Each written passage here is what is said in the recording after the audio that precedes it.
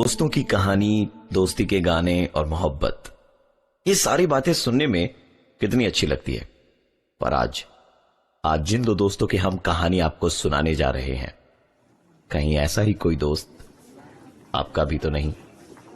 हर दिन की तरह पुष्कर आज भी डिनर ब्रेक के दौरान अपने ऑफिस की वर्क स्टेशन से अपने रायपुर के करीबी दोस्त निहार से वीडियो चैट कर रहा था। हर दिन की तरह उन दोनों की बातें भी नॉर्मल थी और बातों ही बातों में निहार ने पुष्कर से पूछा, यार तेरे बगल में बैठकर जो तेरा यार काम करता है, क्या आज वो ऑफिस नहीं आया? निहार का ये सवाल पुष्कर को बड़ा अजीब लगा। उसने निहार से पूछा, यार तू किसकी बात कर रहा है? निहार ने पुष्कर को बताया कि वही आदमी जो व्हाइट शर्ट पहनकर यार हर दिन तेरे बगल में बैठता है, बड़ी अजीब तरीके से घूरता है यार। पता नहीं इतना क्या इंटरेस्ट है उसको हम दोनों की बातें सुनने का। पुष्कर ने निहार की बातों को सीरियसली नहीं लिया, क्योंकि निहार की बचपन से ही आदत थी पुष्कर को अजीबो गरीब इधर उधर की बातें सुनाकर डराने की, जिसकी पुष्कर को अब आदत हो चुकी थी। पुष्कर ने निहार से कहा, मजाक बंद कर यार। लेकिन निहार उल्टे उसे आंखें दिखाते हुए कहता है कि वो इस बार पुष्कर के साथ कोई गंदा मजाक नहीं कर रहा है और ना ही उसे डराने की कोशिश कर रहा है। वो असलियत में जानना चाहता है कि वो इंसान आखिर है कौन जिसे वो हर दिन पुष्कर के साथ वीडियो चैट करते वक्त देखता है। निहार ने पुष्कर को उस आदमी का हुलिया भी बताया। घुंघराले बाल, काली मूछें, रंग गोरा और हाथ में सोने की एक ब्रेसलेट है। पुष्कर ने भूत प्रेत की कहानियां बहुत सुनी थी और यह भी सुना था कि आत्माएं हमारे आस पास भटकती हैं, लेकिन हम शायद उन्हें देख नहीं पाते। पुष्कर जहां बैठता था उसके अगल बगल सिर्फ लड़कियां ही बैठती थी, और अगर निहार के बताए हुए हुलिये की बात करें तो घुंघराले बालों वाला शायद ही कोई पुष्कर के ऑफिस में काम करता था। तो निहार किसकी बात कर रहा था? पुष्कर के दोस्त निहार ने उसे बताया कि उसके साथ वीडियो चैट में वो एक ऐसे इंसान को देखता है जो बहुत ही अजीब तरीके से उसे घूरता रहता है।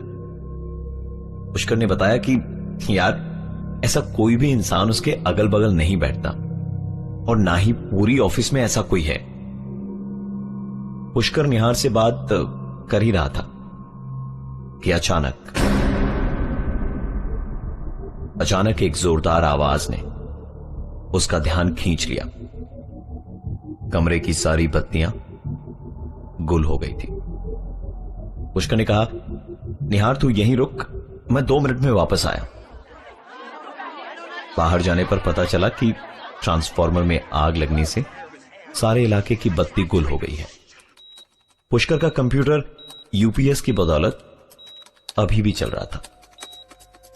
वो जब वापस अंदर गया तो ये देखकर हैरान था कि निहार किसी से हंस हंसकर बात कर रहा था। पुष्कर ने कहा कि तू पागल हो गया क्या? किससे बातें कर रहा था? निहार ने बताया कि वो उसी आदमी से बात कर रहा था जिसका जिक्र उसने अभी थोड़ी देर पहले किया था। पुष्कर ने अपने अगल बगल देखा पर उसे कोई नजर नहीं आया। उसने कहा, यार मजाक बंद कर निहार। पर निहार ने एक बार फिर कहा कि वो कोई मजाक नहीं कर रहा और वो आदमी जिससे निहार बातें कर रहा था वो इस वक्त पुष्कर के ठीक पीछे खड़ा है। इतना कहने के साथ ही पुष्कर का कंप्यूटर, जो अब तक यूपीएस की बदौलत चल रहा था, वो भी बंद हो गया। पुष्कर की हिम्मत नहीं हो पा रही थी कि वो अपने पीछे घूमकर देखे। पूरे कमरे में शांति थी।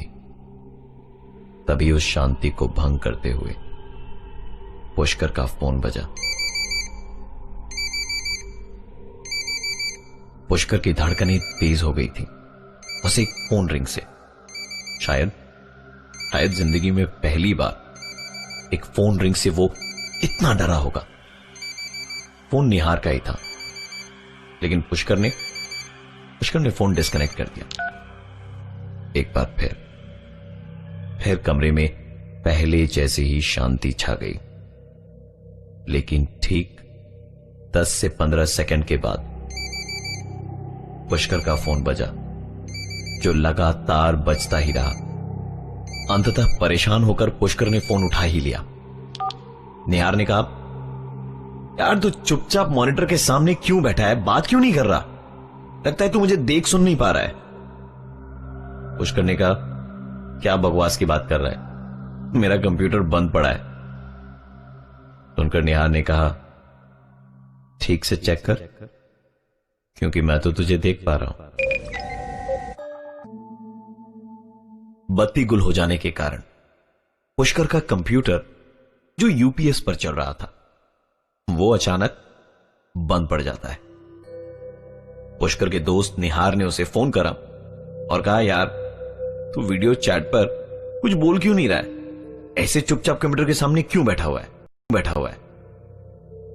पुष्कर ने बताया कि कंप्यूटर तो बंद पड़ा है, ना बत्ती है ना ही यूपीएस में बैटरी बैक, तू मुझे देखेगा कैसे भाई? निहार की हंसी छूट पड़ी। उसने कहा, बड़ा आया हीरो बनने, मुझे मालूम है बॉस, अंदर ही अंदर तेरी हालत बहुत खराब हो चुकी है। पुष्कर का कमजोर दिल सही मायनों में अंदर तक सहम गया था जब उसे पता चला कि वीडियो चैट के दौरान उसके रायपुर में रहने वाले दोस्त निहार को हर दिन पुष्कर के बगल में एक ऐसा इंसान दिखाई देता है जो हकीकत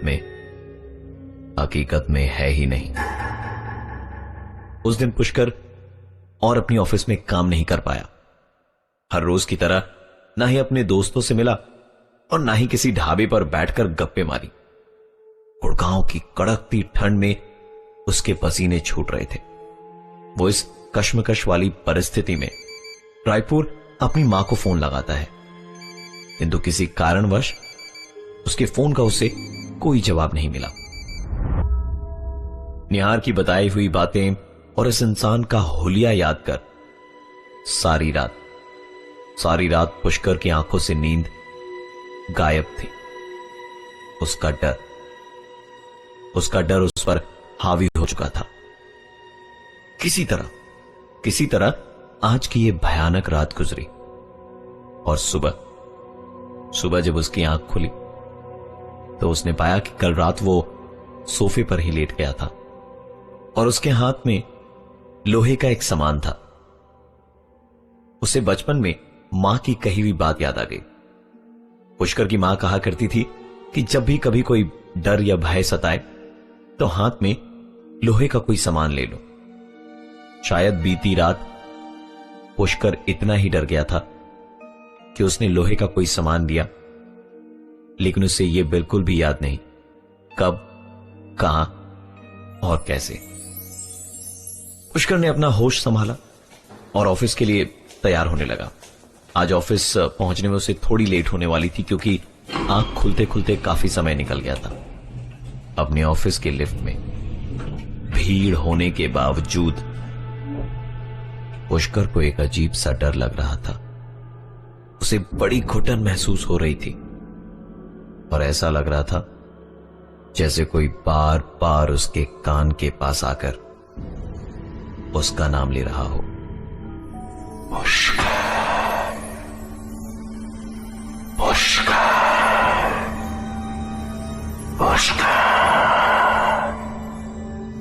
एक ठंडी हवा को वो अपने कंधे पर महसूस कर रहा था, मानो कोई जानबूझकर अपनी सांसें उसके कंधे पर छोड़ रहा हो, जबकि पुष्कर लिफ्ट की दीवार से एकदम कोने में सट के खड़ा था। सोते जागते उठते बैठते पुष्कर को अजीबो गरीब आवाजें सुनाई देती, मानो कोई उसे बुला रहा हो। रात को अचानक उसे अपने घर में ऐसी आवाजें सुनाई देती जैसे कोई किचन में काम कर रहा हो। फ्रिज का दरवाजा खुला पड़ा था और जिन बोतलों में उसने पानी भरकर रखी थी वो आधी खाली पड़ी थी। रात करीबन 2 बजे पुष्कर के फ्लैट की डोरबेल बजी। उसने आधी नींद में ही उठकर हिम्मत जुटाई और दरवाजा खोला, परंतु वहां कोई भी नहीं था। उसे लगा कि शायद उसके ही सुनने में गलती हुई होगी। दरवाजा बंद कर जैसे ही पुष्कर पलटा कि एक बार फिर पुष्कर ने आई होल से देखा तो उसे अपनी आंखों पर विश्वास नहीं हो रहा था। दरवाजे के उस पार उसका दोस्त निहार खड़ा था। पुष्कर आई होल से उसे देखे ही जा रहा था कि तभी निहार ने दरवाजे पर हाथ से जोरदार प्रहार किया। हड़बड़ी में पुष्कर ने दरवाजा खोला। सामने निहार खड़ा था, जिसकी हंसी का ठिकाना नहीं था, क्योंकि एक बार फिर पुष्कर उसके मजाक का शिकार बन गया था। निहार और पुष्कर रात को जगकर बात कर रहे थे, पर थकान इतनी ज्यादा थी कि कुछ ही देर में गहरी नींद में सो गए। करीबन 15 मिनट के बाद निहार की नींद एक अजीब सी आवाज से टूटी। निहार ने पुष्कर को नींद से उठाया और दोनों दबे पांव किचन की ओर गए। फ्रिज का दरवाजा खुला था और पानी की भरी हुई बोतलें आधी खाली पड़ी थी। सबसे आश्चर्यजनक बात यह थी कि वो दोनों किचन के सामने ही खड़े थे और वो आवाजें स्पष्ट रूप से सुन पा रहे थे, परंतु ना तो कोई बर्तन हिल रहा था और ना ही वहां उन्हें कोई दिखाई दे रहा था। सुबह की पहली किरण के साथ वो दोनों वहां से ट्रेन पकड़कर रायपुर के लिए रवाना हो गए। दोनों रायपुर स्टेशन पर रिक्शे की खोज में थे। तभी पुष्कर को सामने पान की दुकान पर एक आदमी दिखाई दिया, जिसके बाल घुंघराले, सफेद शर्ट, हाथ में सोने की ब्रेसलेट और तो और उसकी मूंछें भी थी। पुष्कर ने पहली बार उस आदमी को साक्षात अपने सामने देखा था, जो निहार को रोज वीडियो चैट के समय दिखाई देता था। वो आदमी पुष्कर को देखकर अजीब तरीके से हंसे जा रहा था। पुष्कर ने कहा, निहार यही है ना वो आदमी जो तुम्हें रोज वीडियो चैट के समय दिखाई देता था? निहार ने कहा, तुझे अभी भी याद है वो आदमी? वो तो मैं मजाक में यूं ही कहा करता था। कई बार कुछ झूठ इतने बड़े होते हैं कि वो हकीकत को छोटा कर देते हैं।